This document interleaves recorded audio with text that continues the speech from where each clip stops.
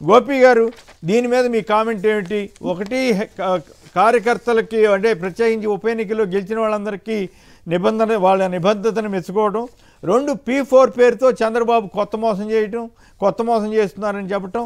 అలాగే మొన్న బాపట్ల దగ్గరికి వెళ్ళి నేను పెన్షన్లకి పెట్టే ఖర్చు మొత్తం అంతా జగన్ హామీలను మించిపోయిందని చెప్పటం.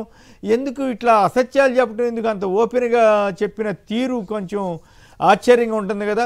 పైగా నాకు అర్థం కాని విషయం ఏంటంటే ప్రతి నెల కూడా పెన్షన్ 1000 రూపాయలు పెంచింది వాస్తవమే కాదని మనం అంటలా. అంతకుముందు 3000 ఇచ్చేవాళ్ళు, ఇప్పుడు 4000 ఇచ్చారు. ఆ 1000 రూపాయలు అదనపు పెన్షన్ ఖర్చు ఇవ్వటం కోసం 4000 ఇవ్వటం కోసం ఈ 40,000 4 లక్షలు ఎన్ని లక్షలు అవుతుందో ఆ ఏర్పాట్లు సాపలు ప్రతి నెల వెళ్లాల్సిన అవసరం, ఒక వాలంటీరో ఒక గుమస్తా చేయాల్సిన పని చంద్రబాబు గారు ఎందుకు ఎన్ని లక్షలు ఖర్చు పెట్టి చేస్తున్నారు? మరోవైపు P4 మోసంగా జగన్ గారు చెబుతున్నారు. సో వీటి మీద మీ విశ్లేషణ ఏమిటి? సరే, ముఖ్యమంత్రి గారు ఒక ఊరు పర్యటనకు వెళితే దాదాపుగా దూరాన్ని బట్టి చూసుకుంటే 25 లక్షల నుంచి 50 లక్షల వరకు ఖర్చు అవుద్దండి.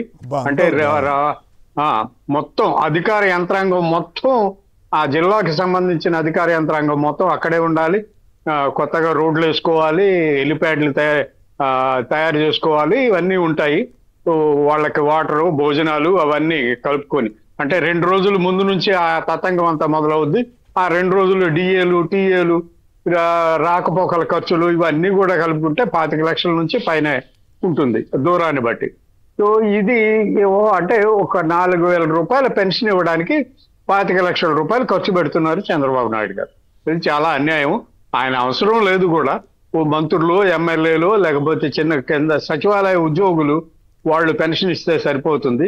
దీనికోసం ముఖ్యమంత్రి వెళ్లాల్సిన పని లేదు. కానీ ఎందుకు వెళ్తున్నారో, ఇది రాజకీయం చేయడం కోసమే, ప్రజాధనం కాబట్టి ఆయన వాడుతున్నారు, సరిపోతుంది. ఇక స్థానిక సంస్థల ఉప ఎన్నికలు వచ్చేసరికి అధికార పార్టీ చాలా ప్రలోభాలకు గురి చేసింది, దౌర్జన్యాలకు కూడా దిగింది చాలా చోట్ల. అంటే కౌన్సిల్ హాల్లోకి, అంటే మండల పరిషత్ కార్యాలయాలు, సమావేశాల హాల్లోకి, మున్సిపాలిటీల్లో కౌన్సిల్ హాల్స్, వీటిలోకి పోలీసులు ఎంటర్ అయ్యారండి ఈసారి. చాలా దురదృష్టకరమని. అసలు పోలీసులు అనేవాళ్ళు లోపలికి రాకూడదు, సమావేశ మందిరంలోకి రాకూడదు. కానీ ఈసారి పోలీసులు ఎంటర్ అయ్యారు. ఎంటర్ అయ్యి చోద్యం చూస్తూ కూర్చున్నారు. తెలుగుదేశం కార్యకర్తలు, తెలుగుదేశం కౌన్సిలర్లు కానీ, తెలుగుదేశం ఎంపీటీసీలు కానీ, వీళ్ళు ఎవరైనా పక్కన ఉండే వైఎస్ఆర్ కాంగ్రెస్ వాళ్ళని చేతులు ఎత్తితే చేతులు పట్టుకొని కిందకి దించేయడం, 2 చేతులు కట్టేసి కుర్చీలకు కట్టేసేయడం, ఇట్లాంటి పనులు, దౌర్జన్యాలన్నీ చాలా చేశారు. దాన్ని కూడా తట్టుకొని నిలబడ్డారంటే వైఎస్ఆర్ కాంగ్రెస్ వాళ్ళని జగన్మోహన్ రెడ్డి గారు అభినందించినట్టు అభినందించాల్సిందే. ఇంత దౌర్జన్యం జరుగుతున్నా కూడా మంత్రులు కానీ ముఖ్యమంత్రి కానీ మాట్లాడకపోవడం, ఉప ముఖ్యమంత్రి ప్రశ్నిస్తాను అన్న ఉప ముఖ్యమంత్రి ఇన్ని దౌర్జన్యాలు జరుగుతుంటే కూడా చూస్తూ కూర్చోవడం అనేది చాలా దురదృష్టకరం. ఇట్లాంటి రాజకీయాలను అయితే నాకు తెలిసి జగన్మోహన్ రెడ్డి చేయలేదు ఇలాంటి రాజకీయాలు. బట్ చంద్రబాబు నాయుడు గారు ఈ రాజకీయాలు చేస్తున్నారు. ఆయనకి బలం లేకపోయినా కూడా గెలిపించుకునే ప్రయత్నాలు చేస్తున్నారు. అది చాలా దురదృష్టకరం. ఇకపోతే P4 అనేది చూసుకుంటే ప్రజలను, ధనవంతులను అభివృద్ధిలో భాగస్వాములు చేయడం స్వాగతించదగదే. కానీ ఆ పేరుతో దాన్ని ఒక పాలసీగా తీసుకొచ్చి, సో పేదవాళ్ళ బాధ్యత అంతా కూడా ఇక ధనవంతులు తీర్చేసుకుంటారు, నా అవసరం ఏమీ లేదు అని చేతులు కట్టుకొని కూర్చోవడం, నా సూపర్ 6 అవసరం లేదు, మొత్తం ధనవంతులు వచ్చేసారు, అమెరికా నుంచి NRIలు వచ్చేసారు, వాళ్ళు చూసుకుంటారు, ఆంధ్రప్రదేశ్ లో ఉండే బడా రైతులు, వ్యాపారవేత్తలు వాళ్ళు చూసుకుంటారు, నా సూపర్ 6 అవసరం లేదు అని అనుకోవడం అయితే చాలా దారుణమైన విషయమే. సూపర్ 6లో అసలు ఈ ప్రభుత్వం అధికారంలోకి రావడానికి కీలకమైన కారణం సూపర్ 6. మొత్తం 15,000, నీకు 15,000, నీకు 15,000, నీకు 15,000 అన్నారు. మరి ఈ ప్రభుత్వం మొదలైంది జూన్ 2024లో, విద్యా సంవత్సరం మొదలైంది కూడా 2024లో. మరి విద్యా సంవత్సరంలో తల్లికి వందనం ఇస్తానన్న వాళ్ళు ఆ విద్యా సంవత్సరం ఎందుకు ఇవ్వలేదు? నీ ప్రభుత్వం మొదలైనప్పుడే కదా విద్యా సంవత్సరం మొదలైంది. వ్యవసాయం, రైతుకు కూడా వ్యవసాయం సీజన్ కూడా జూన్లోనే మొదలవుతుంది, మరి రైతుకి ఇవ్వాలి. సో ఇవి 2 కూడా ఇవ్వకపోవడం, ఈ సంవత్సరం ఖాళీ చేయడం, ఈ వచ్చే సంవత్సరం నుంచి ఇస్తానంటాం అంటే మళ్ళీ 2029లో ఇవ్వడానికి లేదు. అప్పుడు ఎలక్షన్లు వచ్చేస్తాయి కాబట్టి ఈ స్కీములు అయిపోదు. అంటే మొత్తంగా చూస్తే ఏంటంటే ఒక 3 సంవత్సరాల పాటు ఈ హామీలు అమలు చేస్తారేమో. అంతే. అంటే మొదటి సంవత్సరం ఎట్లాగే వెళ్ళిపోయింది, చివరి సంవత్సరం కూడా ఎన్నికల పేరుతో వెళ్ళిపోతుంది. ఇక మిగిలేదు 3 సంవత్సరాలే. సో ఈ 3 సంవత్సరాలు అమలు చేస్తూ ఉంటారు. మహిళలకు, ప్రతి మహిళలకు కాదుగా. ఇప్పుడు ఇంకో సంచలనమైన విషయం చెప్పారు, జగన్ నొక్కిన బట్టలన్నీ కలిపి నా పెన్షన్ ఖర్చు కూడా లేదన్న. ఆయన తెచ్చింది 1000 రూపాయలకే, 1000 రూపాయలకి లెక్క ప్రకారం 640 కోట్లు అవుద్ది. కానీ ఈయన ఇచ్చిన హామీలు 1,50,000 కోట్లు కదా. అవన్నీ ఎట్లా మొత్తం పెన్షన్ మొత్తం తనే కొత్తగా ఇస్తున్నట్లుగా పిక్చర్ ఉంటుంది. కరెక్టేనా? జగన్ చెప్పినవన్నీ చేశాడండి. కరోనా లాంటి లాక్డౌన్ సిస్టమ్ వచ్చిన రోజుల్లో కూడా ఆయన సంక్షేమ పథకాలు అమలు చేశాడు. ఆపలేదు. ఎప్పుడు కూడా ఆ బటన్ నొక్కుడు ఆపలేదు. ఖచ్చితంగా డైరెక్ట్ గా నేరుగా లబ్ధిదారుల ఖాతాల్లోకి డబ్బులు వెళ్ళిపోయినాయి.